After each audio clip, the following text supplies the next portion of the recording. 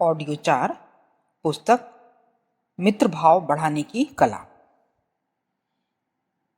षड्रिपु आध्यात्मिक संपत्तियों को दबाते चले आते हैं।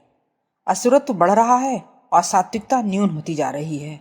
आत्मा क्लेश पा रही है और शैतानियत का शासन प्रबल होता जाता है। क्या आप इस आध्यात्मिक अन्याय को सहन ही करते रहेंगे? यदि करते रहेंगे तो निसंदेह पतन के गहरे गर्त में जा गिरेंगे। ईश्वर ने सद्गुणों की, सात्विक वृत्तियों की, सद्भावनाओं की अमानत आपको दी है और आगाह किया है कि यह पूंजी सुरक्षित रूप से अपने पास रहनी चाहिए। यदि इस अमानत की रक्षा न की जा सकी और चोरों ने, पापियों ने उस पर कब्जा कर लिया तो ईश्वर के सम्मुख जवाबदेह होना पड़ेगा, अपराधी बनना पड़ेगा। ठीक इसी तरह बाह्य जगत में मानवीय अधिकारों की अमानत ईश्वर ने आपके सुपुर्द की है। इसको अनीतिपूर्वक किसी को मत छीनने दीजिए। गौ का दान कसाई को नहीं वरन ब्राह्मण को होना चाहिए। अपने जन्म सिद्ध अधिकारों को यदि बलात् छीनने देते हैं तो यह गौ का कसाई को दान करना हुआ। यदि स्वेच्छापूर्वक सत्कार्यों में अपने अधिकारों का त्याग करते हैं तो वह अपरिग्रह त्याग है, तप है। आत्मा विश्वात्मा का एक अंश है। एक अंश में जो नीति या नीति की वृद्धि होती है वह संपूर्ण विश्वात्मा में पाप पुण्य को बढ़ाती है। यदि आप संसार में पुण्य की, सदाशयता की, समानता की वृद्धि चाहते हैं तो इसका आरंभ अपने ऊपर से ही कीजिए। अपने अधिकारों की रक्षा के लिए जी तोड़ कोशिश करिए। इसके मार्ग में जो झूठा संकोच बाधा उपस्थित करता है उसे साहस पूर्वक हटा दीजिए। दबंग रीति से निर्भयता पूर्वक खुले मस्तिष्क से बोलने का अभ्यास करिए। सच्ची और खरी बात कहने की आदत डालिए। जहाँ बोलने की जरूरत है वहाँ अनावश्यक चुप्पी मत साधिए। ईश्वर ने वाणी का पुनीत दान मनुष्य को इसलिए दिया है कि अपने मनोभावों को भली प्रकार प्रकट करें, भूले हुओं को समझावें, भ्रम का निवारण करें और अधिकारों की रक्षा करें। आप झेपा मत कीजिए। अपने को हीन समझने या मुंह खोलते हुए डरने की कोई बात नहीं है। धीरे धीरे गंभीरता पूर्वक मुस्कुराते हुए स्पष्ट स्वर में सद्भावना के साथ बातें किया कीजिए और खूब किया कीजिए। इससे आपकी योग्यता बढ़ेगी, दूसरों को प्रभावित करने में सफलता मिलेगी, मन हल्का रहेगा और सफलता का मार्ग प्रशस्त होता जाएगा। ज्यादा बकबक करने की कोशिश मत कीजिए। अनावश्यक, अप्रासंगिक, अरुचिकर बातें करना, अपने के आगे किसी की सुनना ही नहीं, हर घड़ी चबर चबर जीभ चलाते रहना, बेमौके बेसुरा राग अलापना, अपनी योग्यता से बाहर की बातें करना, शेखी बगाड़ना वाणी के दुर्गुण हैं। ऐसे लोगों को मूर्ख, मुंहफट और असभ्य समझा जाता है। ऐसा न हो कि अधिक वाचालता के कारण आप इसी श्रेणी में पहुंच जाएं। तीक्ष्ण दृष्टि से परीक्षण करते रहा कीजिए कि आपकी बात को अधिक दिलचस्पी के साथ सुना जाता है या नहीं। सुनने में लोग ऊबते तो नहीं, उपेक्षा तो नहीं करते। यदि ऐसा होता हो तो वार्तालाप की त्रुटियों को ढूंढिए और उन्हें सुधारने का उद्योग कीजिए। अन्यथा बक्की झक्की समझकर लोग आपसे दूर भागने लगेंगे। अपने लिए या दूसरों के लिए जिसमें कुछ हित साधन होता हो ऐसी बातें करिए। किसी उद्देश्य को लेकर प्रयोजन युक्त भाषण कीजिए, अन्यथा चुप रहिए। कड़वी, हानिकारक, दुष्ट भावों को भड़काने वाली भ्रमपूर्ण बातें मत कहिए। मधुर, नम्र, विनय युक्त, उचित और सद्भावना युक्त बातें करिए जिससे दूसरों पर अच्छा प्रभाव पड़े, उन्हें प्रोत्साहन मिले, ज्ञान वृद्धि हो, शांति मिले तथा सन्मार्ग पर चलने की प्रेरणा हो। ऐसा वार्तालाप एक प्रकार का वाणी का तप है। मौन व्रत का अर्थ चुप रहना नहीं वरन उत्तम बातें करना है। आप वाणी यज्ञ में प्रवृत्त हो जाइए। मधुर और हितकर भाषण करने की ओर अग्रसर होते रहिए। किसी आदमी से क्या बात करनी चाहिए यह सबसे पहले जानने की बात है। अपनी निजी समस्याओं के बारे में सुनने, समझने, विचार करने के लिए हर मनुष्य के पास पर्याप्त काम पड़ा हुआ है। उसे अपनी निजी समस्याएं ही बहुत अधिक मात्रा में सुलझानी हैं। किसी को इतनी फुर्सत नहीं है कि अनावश्यक बातों को सुने, समझे, सिर खपाए।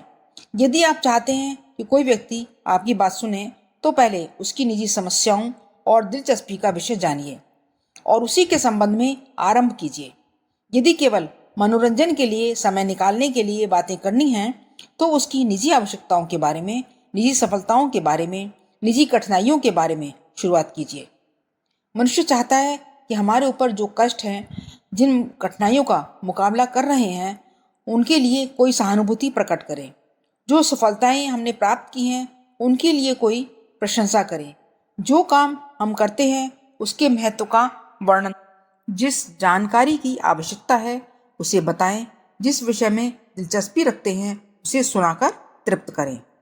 यदि आप दूसरों की इच्छाओं को जानते हुए तदनुसार वार्तालाप का विषय आरंभ करते हैं तो उसकी दिलचस्पी बढ़ती है। अपने जरूरी काम को छोड़कर भी आपकी बातों को बहुत देर तक सुनता रह सकता है। जो प्रयोजन आप सिद्ध करना चाहते हैं उसे एकदम प्रकट मत कीजिए, वरन श्रोता के निजी विषय को छोड़कर उसे मन को तरंगित करिए। अपनी प्रिय विषय सुनने वाले की और सुनने वाले की सद्भावना बहुत अधिक मात्रा में बढ़ जाती है। जिसकी सद्भावना आपकी ओर बढ़ रही है, जो अपने प्रिय विषय को श्रवण करके तरंगित हो रहा है, उसके सामने उचित और आकर्षक रीति से अपनी बात रखें। इस तरह उसे बहुत ही शीघ्र और सरलतापूर्वक अपने प्रस्ताव पर सहमत कर सकते हैं। अमेरिका का कुख्यात व्यभिचारी जॉन वीवर अनेक रूपवती और धनी महिलाओं को अपने चंगुल में फंसाने, नाम बदल बदल कर विभिन्न स्थानों में अपने 33 विवाह करने के अपराध में पकड़ा गया। अदालत में उसकी कार्य पद्धति प्रकट हुई। यह धूर्त न तो कुछ सुंदर था, न धनी, न किसी और योग्यता वाला। केवल एक ही योग्यता उसमें थी, मधुर वार्तालाप।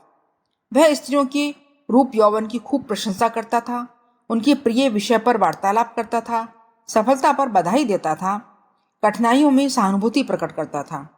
इस प्रकार लुभाने वाली वाणी से मोहित करके उन्हें अपने साथ विवाह करने पर रजामंद कर लेता था।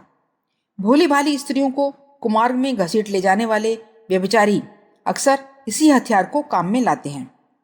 पति या सास ननद जिनके द्वारा युवती को कुछ कष्ट मिलता है, उनकी प्रशंसा तथा उनकी निर्दोषता, सरलता, भलमनसाहत की प्रशंसा करके लुभा लेते हैं। स्त्रियों में पुरुषों की अपेक्षा सहानुभूति और प्रशंसा की इच्छा अधिक होती है। वे अपेक्षाकृत अधिक आकर्षित होती हैं। आप किसी को ठगने या कुमार्ग पर ले जाने के लिए अपनी पुनीत वाणी का उपयोग कदापि न कीजिए। शारदा माता का इस प्रकार दुरुपयोग करेंगे तो अंत में बहुत ही दुखदायी परिणाम उपस्थित होगा। आप अपना दृष्टिकोण ऊंचा रखिए, ऊंचे और भले उद्देश्यों के लिए बातचीत कीजिए, परंतु स्मरण रखिए वही वार्तालाप सफल हो सकता है जिसमें सुनने वाला दिलचस्पी लेता है। यदि आपकी बातों में उसे अपने काम की कोई बात प्रतीत न होगी तो वह अरुचिपूर्वक कुछ देर सुन भले ही ले, पर उससे प्रभावित जरा भी न होगा। ऐसे छूछे और एकांगी प्रसंगों में कोई सार नहीं निकलता, कोई प्रयोजन सिद्ध नहीं होता। बेकार की दांत किटकिट करने का शौक हो तब तो बात अलग है, अन्यथा यदि कुछ लाभ की, कम से कम मैत्री वृद्धि की आशा से वाणी विनिमय करना चाहते हैं तो इसका ध्यान रखिए कि आरंभ दूसरे की दिलचस्पी के विषय को लेकर किया जाए। बचे हुए समय को लोग गपशप में गुजारते हैं। अक्सर इस गपशप का विषय अश्लील या विभत्स होता है। या तो गंदी कामुकतापूर्ण बातों से मनोविनोद किया जाता है या फिर किसी की बुराई करने का अवसर ढूंढा जाता है। यदि कुछ ठीक आधार न मिले तो भी अश्लीलता या निंदा के मनगढ़ंत अवसर तैयार कर लेते हैं। मित्र मंडलियां अपने बहुमूल्य समय में इस प्रकार निकृष्ट कोटि के आधार पर मनोविनोद करती हैं। समय संपत्ति है, उसका इस प्रकार दुरुपयोग न होना चाहिए। मनोरंजन के लिए यात्रा के अनुभव, कौतूहलपूर्ण घटनाएं, अद्भुत वृत्तांत, रहस्य उद्घाटन आदि का सहारा लिया जा सकता है, जिससे जानकारी एवं चतुरता में वृद्धि हो तथा नीच निंदित वृत्तियों का उभार न हो। यह युग बहस का है। बहस से सरकारें चलाई जाती हैं। अदालतों में बहस ही प्रधान है। सभा संस्थाओं में बहस के उपरांत कुछ निर्णय होता है। प्रजातंत्र व्यक्तिगत स्वतंत्रता, स्वेच्छा, सहयोग, विचार परिवर्तन एवं अधिक उचित निर्णय पर पहुंचने का एकमात्र आधार बहस है। जिस कार्य में बहुत लोगों का समावेश है, उनके बिखरे विचारों को एक स्थान पर केंद्रीभूत करने की यही एक प्रणाली है। इस युग में राजकाज से लेकर घर गृहस्थी की व्यवस्था का संचालन बहस के आधार पर होता है या होने की अपेक्षा रखता है। बहस के लिए जिस धैर्य की आवश्यकता है, हम लोगों में उसका बहुत ही अभाव होता है। किसी सार्वजनिक विषय पर बातचीत करते करते निजी प्रसंग आ जाता है और बात का बतंगड़ बनकर लड़ाई झगड़े का, वैमनस्य का, मारपीट का अवसर आ जाता है। बहुत थोड़ी देर सहिष्णुता के साथ बहस चलती है। इसके बाद आपस में एक दूसरे के ऊपर आक्षेप होने लगते हैं, व्यक्तिगत बुराई करने लगते हैं। जिस प्रसंग पर वार्तालाप चल रहा था वह अधूरा छूट जाता है और उसके स्थान पर आपसी छिद्रान्वेषण शुरू हो जाता है।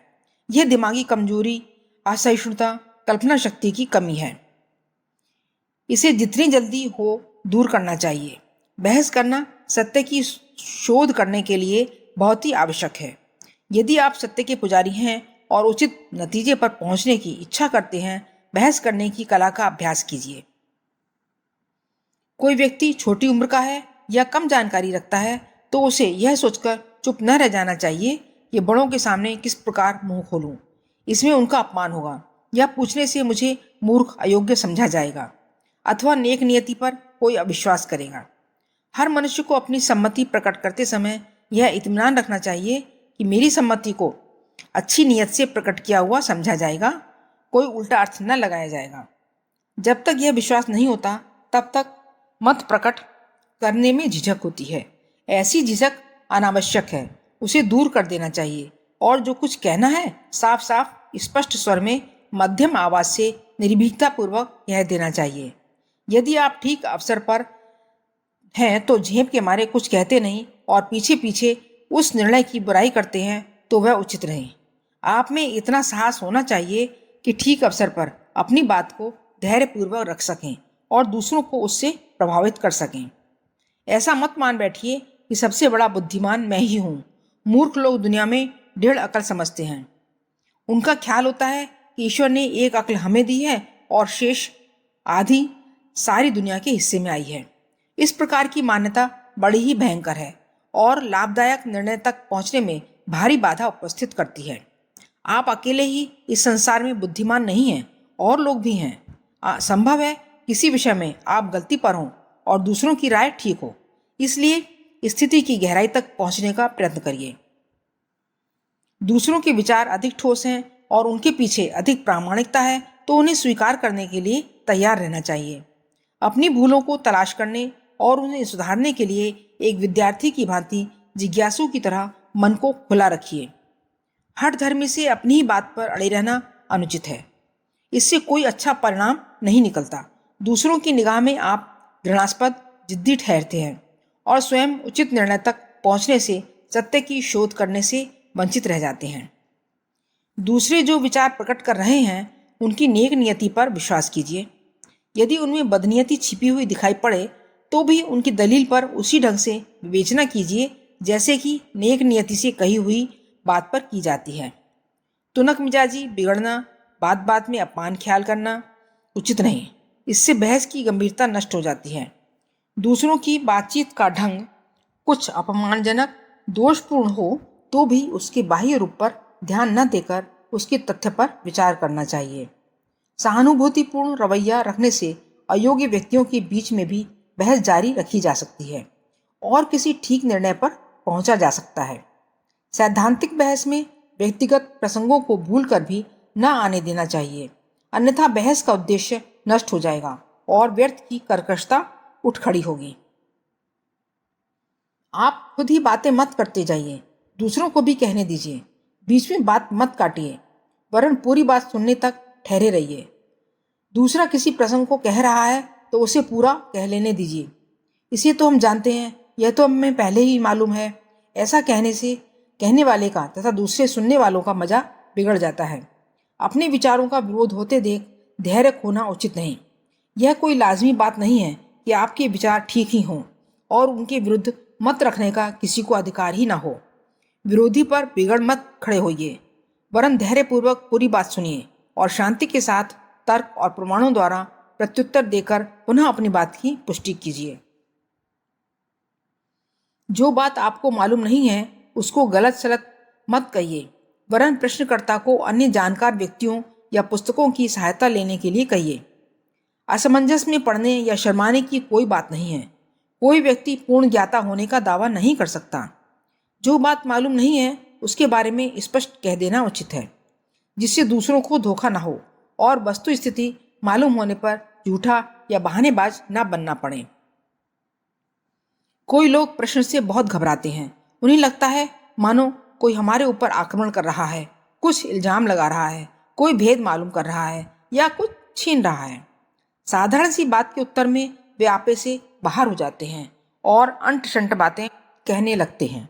यह अशंकित, अविश्वासी और अनुदार हृदय का लक्षण है।